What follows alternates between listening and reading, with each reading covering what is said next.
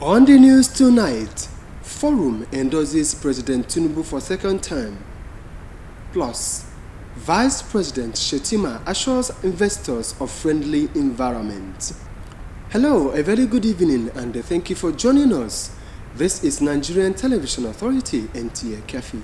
I am Bernard Ezinwanne Nwankwo. We are on Star Times, channel 103. We begin from the presidency. The Office of the Secretary to the Government of the Federation has noted with concern the frequent error in the official appellation of President Bola Ahmed Tinubu by various bodies and media organizations. In a statement personally signed by the Secretary to the Government of the Federation, Senator George Akume, the office urged the public and media organizations to verify official titles before publication so that such avoidable and embarrassing errors would not filter into the publications. For the record, the correct and official appellation is His Excellency Bola Ahmed Tinubu GCFR, President and Commander-in-Chief of the Armed Forces, Federal Republic of Nigeria, Akume stated. Akume added that verification can be made through the office official channels including Facebook, Instagram, X, formerly known as Twitter, and email. The clarification became necessary after an error was observed in the naming and appellation of the president in a publication by a national daily on Wednesday, May 7, 2026. Such lapses, he noted, can be avoided with due verification through the appropriate sources. Moving on, President Bola Ahmed Tinubu has been endorsed for a second-time bid and honored with a He-for-She award by the Forum for 2027 APC Female Aspirants Network in Abuja. Momso Damian Detti report that the event witnessed a turnout of women from across 36 states and the Federal Capital Territory, Abuja. Diverse women groups from across the country make their way to the Mariam Babangida National Center for Women Development, Abuja. Female aspirants on the platform of the All Progressives Congress, forming a strong coalition in determination to ensure their candidacy see the light of the day in the next general elections. True democracy is only achieved when political parties intentionally support women's aspirants. It's not really about political party, it's about what you believe and what you try to do and what you work hard to do. You have to learn how to engage with the media. Make sure that you support the sister next to you. If we are not on that table, we cannot defend what women want. Most important here is the appreciation of Mr. President with an award and endorsement. Women are happy. Women are here to endorse the president for his re-election 2020. There is no vacancy in us. The people who have come out find a way to give them ticket, especially where they are qualified, they have the capacity, and we know they can win election. We are requested to pay 50%, and I think the party has done very well. We've gotten more than 500 women contesting. The voices of the women must be heard in the corridors of power. They all agree. Momsa Damian Detti, NTA News. Stakeholders and various political groups have continued to pledge their support for the senatorial ambition of Professor Abdulkarim Abubakar Kana, SAN, ahead of the party's primaries. The latest endorsement came from stakeholders in Kefin Shanu and Karo local government area who declared their support for his aspiration to represent Nasarawa West in the Senate during the continuation of his grassroots mobilization campaign. Christy Ayagwa Adaji reports. At a meeting attended by community leaders, party faithful, youth groups and women supporters in Karo and Kafin Shanu wards, the stakeholders described Professor Abdulkarim Abubakar Kana SAN as a competent and experienced politician with the capacity to provide effective representation at the National Assembly. They noted that his track records in public service, legal practice, and community engagements have distinguished him as a worthy candidate capable of attracting development projects and giving the people a stronger voice in government. Professor Abdukarim Abubakar Kana expressed appreciation to the people for their warm reception and overwhelming support, assuring them of inclusive representation, people-oriented legislation, and sustained engagement with constituents if elected. Muna neman ku ba mu wannan haƙƙi, ku ba mu wannan dama, ku ba mu wannan nauyin. Insha Allah da yardar Allah za mu ɗau wannan nauyin muna ɗinku.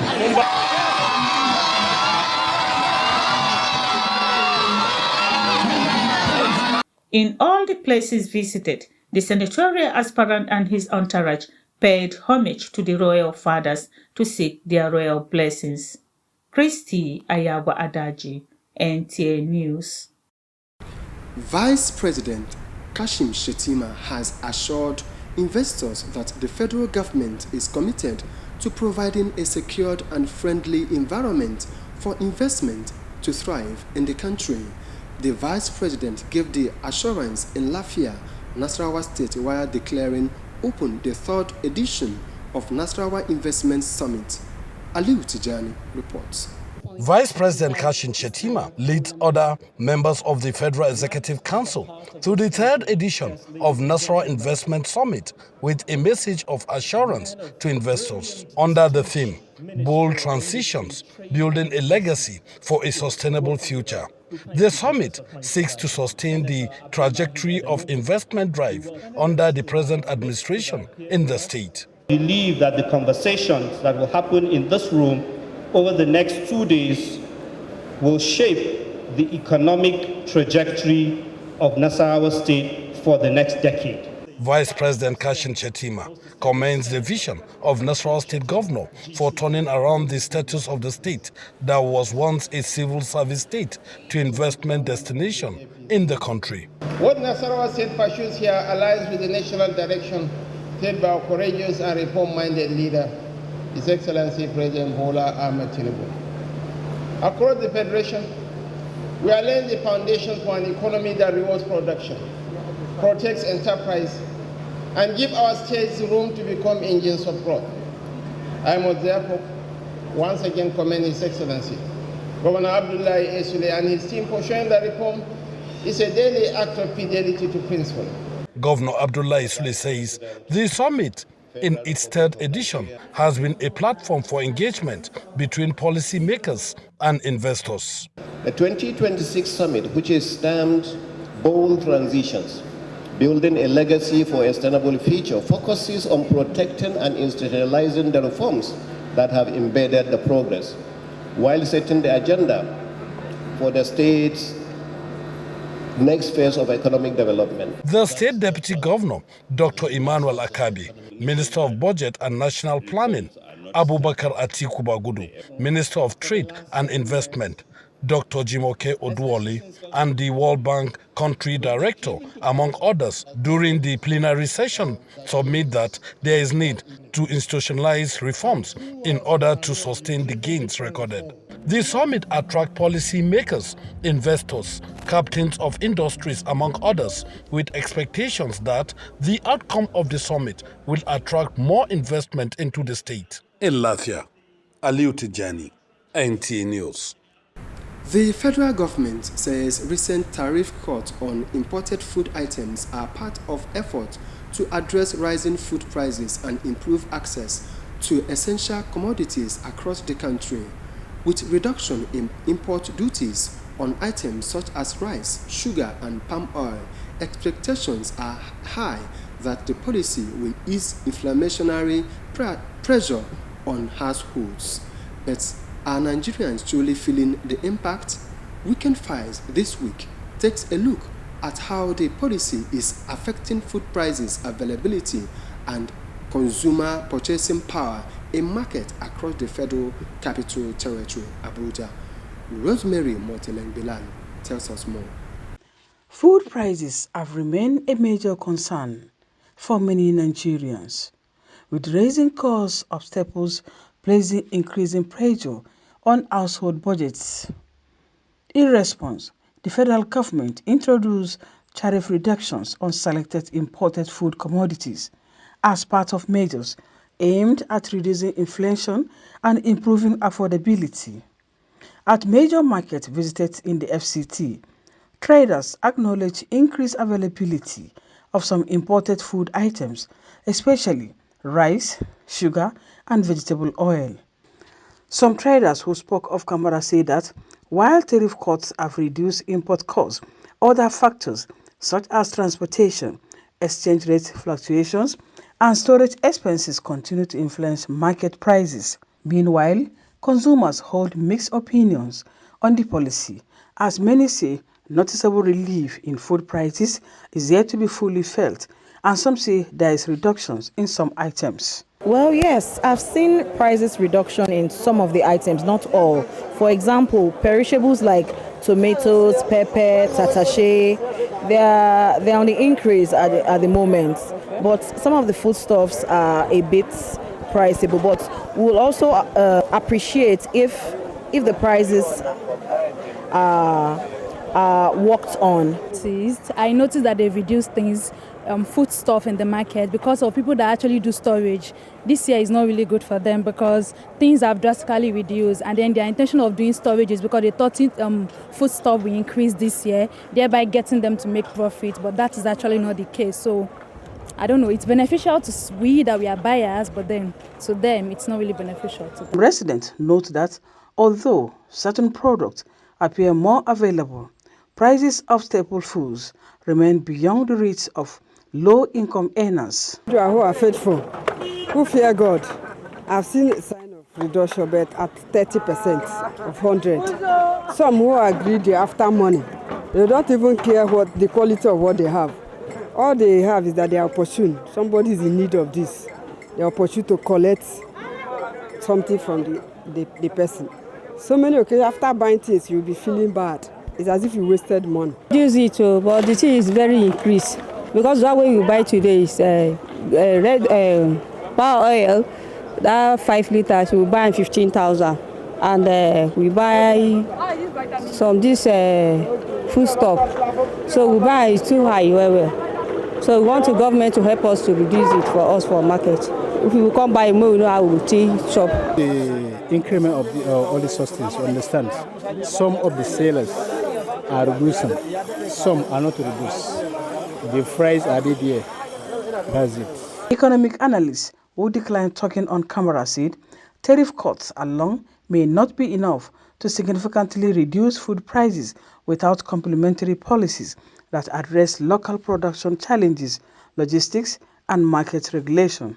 From the survey suggests that while the policy may be improving food supply, its full benefits are yet to translate into substantial price relief for ordinary Nigerians.